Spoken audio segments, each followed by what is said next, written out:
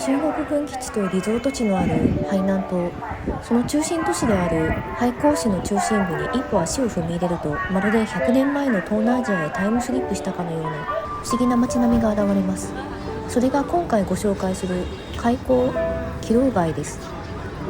白い壁の洋館に施された美しいバロック様式の彫刻、そして1階部分がくり抜かれたように続くアーケード通路、中国政府から初の中国歴史文化メーカーにも指定されたこの場所は、観光客数が増加傾向で世界からも注目を浴びています。なぜこの南の国の島にアジアと西洋が融合した奇跡の街並みが生まれたのか、行政資料や最新のニュースから明らかになったその歴史に迫ります。この街の最大の特徴は、軌道と呼ばれる2階以上が道路側に突き出し、1階が公共の歩道となった建築様式です。このデザインは強い日差しや突然の豪雨という海南島の熱帯気候に対応するための極めて実用的な知恵でした。しかし、なぜこれほど洋風なデザインなのでしょうか。歴史の針を19世紀半ばから20世紀初頭へと巻き戻します。当時、清朝の開港によって海口は重要な交易の港となりました。この時、多くの海南島の人々が一攫千金を夢見て東南アジアへと海を渡っていったのです。やがて現地で大富豪となった彼らは、故郷へ錦を飾るべく戻り、東南アジアの植民地で目にした西洋のルネサンスやバロック様式と伝統的な中国の装飾を融合させた美しいビルを次々と建てました。13カ国の領事館や銀行が立ち並び、かつて海のシルクロードの要所として繁栄した記憶が、この一連のアーケードに今も刻まれているのです。シンガポール人たちの親族にここ海南島の人が多いのはこういったルーツです。2026年でも海南島からシンガポールへ就労ビザで移住し、永住権を得ている中国の人たちは少なくありません。僕アイラがシンガポールから海南島へスクートで行った時、隣に座ってた女性もその一人でした。軌道の街並み自体は広東省の広州や福建省のアモイなど中国南部の他の沿岸都市でも見ることができます。しかし、海口の海口騎楼街がそれらと一線を画し、国内で最も特別とされる理由が2つあります。1つ目は圧倒的な規模と保存状態です。約 1.2 平方キロメートルのエリアに600棟以上の軌道建築群がほぼ完全な形で残されており、これは中国国内でも最大規模を誇ります。2つ目は過度な観光地化をしていない点です。多くの歴史街区が住民を立ち退かせ、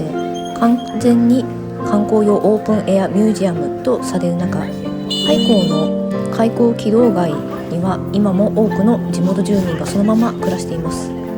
伝統的な仕立て屋や生活雑貨店、昔ながらの市場、自然体にすごくお年寄りの姿など、観光地でありながら本物の生活の息吹もそのまま残されていることが他の都市にはない最大の魅力です。しかし、この美しい街の歴史は決して華やかな交易の記憶だけではありません。太平洋戦争へと向かう1939年2月、軍事拠点を確保し、蒋介石政権の物資補給路を遮断しようとした日本軍がここ海南島に上陸。そして海口は瞬く間に占領され、1945年の日本の敗戦に至るまで日本軍による過酷な軍事統治下に置かれました。当時、日本軍は海口に海南海軍特務部などの行政軍政機関を設置し、戦略物資である鉄鉱石やゴム、食料の強制的な挑発を行いました。そしてこの海口騎楼街もまた戦火と占領の舞台となりました。日本軍は占領後、海口騎楼街のメインストリートで大々的な戦勝パレードを行い、ここにあったいくつかの洋館や商社は日本軍の宿舎や軍の関連施設として強制的に徴用されたのです。この暗い占領期、島民による激しい口実ゲリラ活動などが展開され、日本軍による厳しい取り締まりや住民への弾圧という大きな犠牲の歴史もここに刻まれることとなりました。現在の平和な観光地としての姿の裏には、100年前の南洋貿易の繁栄、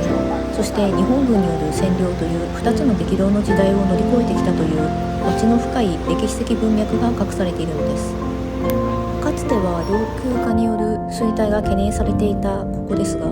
近年の政府と民間企業による古いものをそのまま美しく修復するという歴史文脈を守るアプローチによって劇的な復活を遂げました。公式の行政データと新華社通信の報道によると、その観光客数の推移は驚異的です。2023年には年間200万人ほどだった客の流入量は文化体験の活性化により2025年には一気に1500万人以上へと大躍進しました。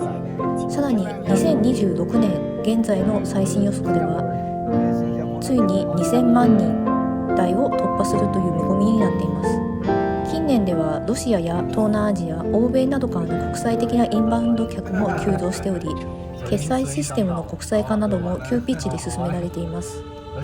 過酷な海を渡った先人たちの故郷への愛が生んだ建築芸術、そこは歴史をガラスケースに閉じ込めるのではなく、現代の生活や最新流行と見事に共生させた生きている歴史の教科書でした。南国の心地よい風が吹くアーケードを歩けば、100年前の客商たちの賑わいが今もすぐそこで聞こえてくるかのようです。